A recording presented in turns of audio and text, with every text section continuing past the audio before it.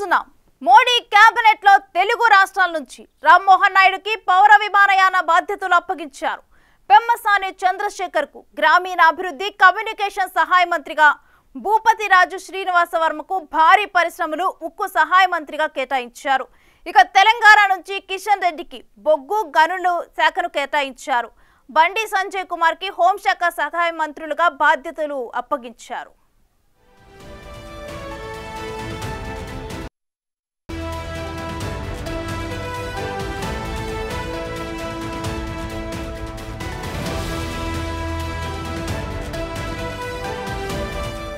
Modi cabinet లో తెలుగు రాష్ట్రాల నుంచి రామ్మోహన్ నాయుడుకి పౌర విమానయాన బాధ్యతలను అప్పగించారు.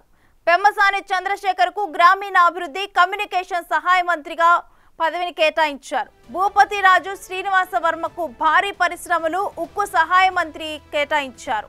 ఇక తెలంగాణ నుంచి కిషన్ రెడ్డికి బొగ్గు గనుల శాఖను కేటాయించారు.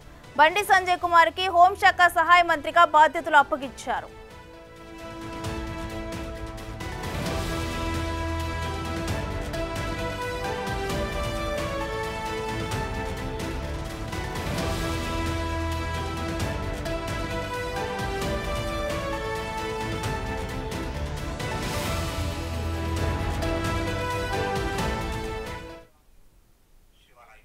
ఇక ఇదే అంశానికి సంబంధించి మరింత సమాచారం మా ప్రతినిధి శివ అందిస్తారు. శివ, తెలుగు రాష్ట్రాలకు కేటాయించిన శాఖల మీద డీటెయిల్స్ ఏంటి? ఈరోజు కేంద్ర కేబినెట్ సమావేశంలోనే కీలకంగా శాఖలు ఏవైతే ఉన్నాయో, నిన్న ప్రధాని నరేంద్ర మోడీతో పాటు ప్రమాణ స్వీకారం చేసిన 30 మంది కేంద్ర మంత్రులకు సంబంధించి కానీ ఎంఓఎస్లకు సంబంధించి మొత్తం ప్రధాని నరేంద్ర మోడీతో కలిపి 72 మంది నిన్న ప్రమాణ స్వీకారం చేశారు. ఇక తెలుగు రాష్ట్రాలకు సంబంధించి 5 శాఖలను, 2 తెలంగాణ, 3 ఆంధ్రప్రదేశ్కు సంబంధించి కీలక శాఖలను, 5 శాఖలు కూడా అత్యంత కీలకమైన శాఖలను తెలుగు రాష్ట్రాలకు కేటాయించారు.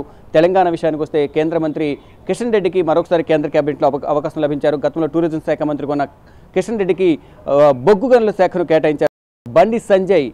బండి సంజయ్కు కేంద్ర హోంమంత్రిత్వ శాఖ సహాయ మంత్రిగా కూడా ఆయనకు కేటాయించారు. అంటే తాజా మాజీ అధ్యక్షులకు ఇద్దరికి కూడా కీలక శాఖలను కేటాయించారు. ఇక ఆంధ్రప్రదేశ్కు సంబంధించి రామ్మోహన్ నాయుడుకి విమానయాన శాఖ, ఏవియేషన్ మినిస్ట్రీని రామ్మోహన్ నాయుడుకు కేటాయించారు. ఇక పెమ్మసాని చంద్రశేఖర్, అలాగే మరోవైపు శ్రీనివాస వర్మ, వీరిద్దరికి కూడా 2 కీలక శాఖలను కేటాయించారు.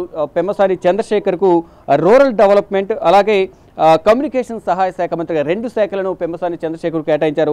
ఇక శ్రీనివాస శర్మకు భారీ పరిశ్రమలు అంటే హెవీ ఇండస్ట్రీస్, అలాగే స్టీల్ శాఖను శ్రీనివాస వర్మకు కేటాయించారు. అంటే ఈ 5 శాఖల ద్వారా 2 తెలుగు రాష్ట్రాల్లో అభివృద్ధి చేసుకునేందుకు ఉపయోగపడతాయనే ఉద్దేశంతోనే ప్రధాని నరేంద్ర మోడీతో ఇటు ఏపీకి సంబంధించిన టీడీపీ అధినేత చంద్రబాబు, అంటే మొదట అర్బన్ డెవలప్మెంట్, అలాగే జలశక్తి శాఖకు సంబంధించిన వాటర్ రిసోర్స్, మరోవైపు ఆర్థిక శాఖకు సంబంధించి సహాయ శాఖ శ్రీనివాస వర్మకు ఈ శాఖలు ముందుగా కేటాయించినప్పటికీ కొన్ని మార్పులు చేర్పులు చేయాల్సిందిగా ప్రధాని నరేంద్ర మోడీ ముందు ప్రతిపాదన ఉంచినట్లు తెలుస్తుంది చంద్రబాబు.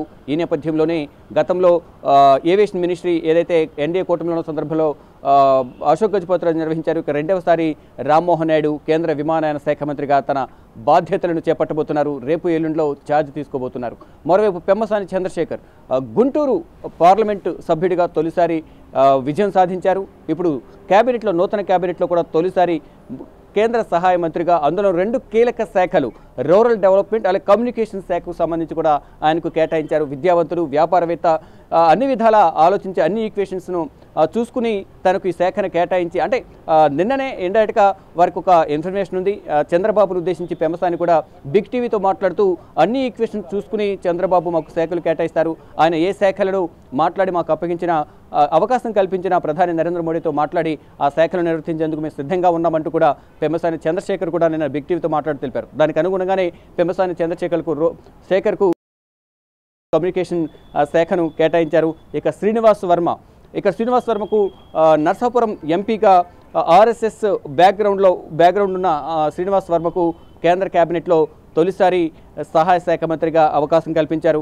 ఆయనకు కూడా భారీ పరిశ్రమల శాఖ అండ్ స్టీల్కి సంబంధించిన శాఖను సహాయ శాఖ మంత్రిగా కూడా ఆయన కూడా కేటాయించిన నేపథ్యంలో ఈ 5 శాఖలను కేటాయించడం పట్ల 2 రాష్ట్రాల తెలుగు ప్రజలైతే ఆనందం వ్యక్తం చేస్తున్నారు. ఈ శాఖల ద్వారా రాష్ట్రాన్ని అభివృద్ధి చేసుకోవడంతో పాటు ఇటు బీజేపీ కూడా తెలంగాణలో బలోపేతం అవడానికి చేసుకోవడానికి ఇటు ఆంధ్రప్రదేశ్లో ఎన్డీఏ కూటమి బలోపేతం అవ్వడానికి రాష్ట్రం గతంలో ఏ విధంగా అయితే నష్టపోయిందో విభజన సమయంలో విభజన సమయంలో నష్టపోయిన నేపథ్యంలో ఇటు గత 5 సంవత్సరాలు అభివృద్ధి కుంటుపడింది, నిరుద్యోగ పేదరికం ఎక్కువైంది అనేది ప్రధానంగా అప్పుల పాలైంది ఆంధ్రప్రదేశ్. దాన్ని మళ్ళీ గాడిని పెట్టాలంటే చంద్రబాబుకి పట్టం కట్టాలనే ఉద్దేశంతో భారీ మెజారిటీ అనేది ఏపీ ప్రజలు కట్టబెట్టారు. దానికి అనుగుణంగానే ఇప్పుడు కేంద్ర కేబినెట్ కూడా 3 శాఖలను కేంద్ర ప్రభుత్వం కేటాయించింది. ఆ శాఖల ద్వారా అన్ని విధాలా కూడా రాష్ట్రాన్ని అభివృద్ధి చేసేందుకు ఉపయోగపడుతున్నట్టు కూడా ఏపీ ప్రజలు ఆనందం వ్యక్తం చేస్తున్నారు. థాంక్యూ శివ.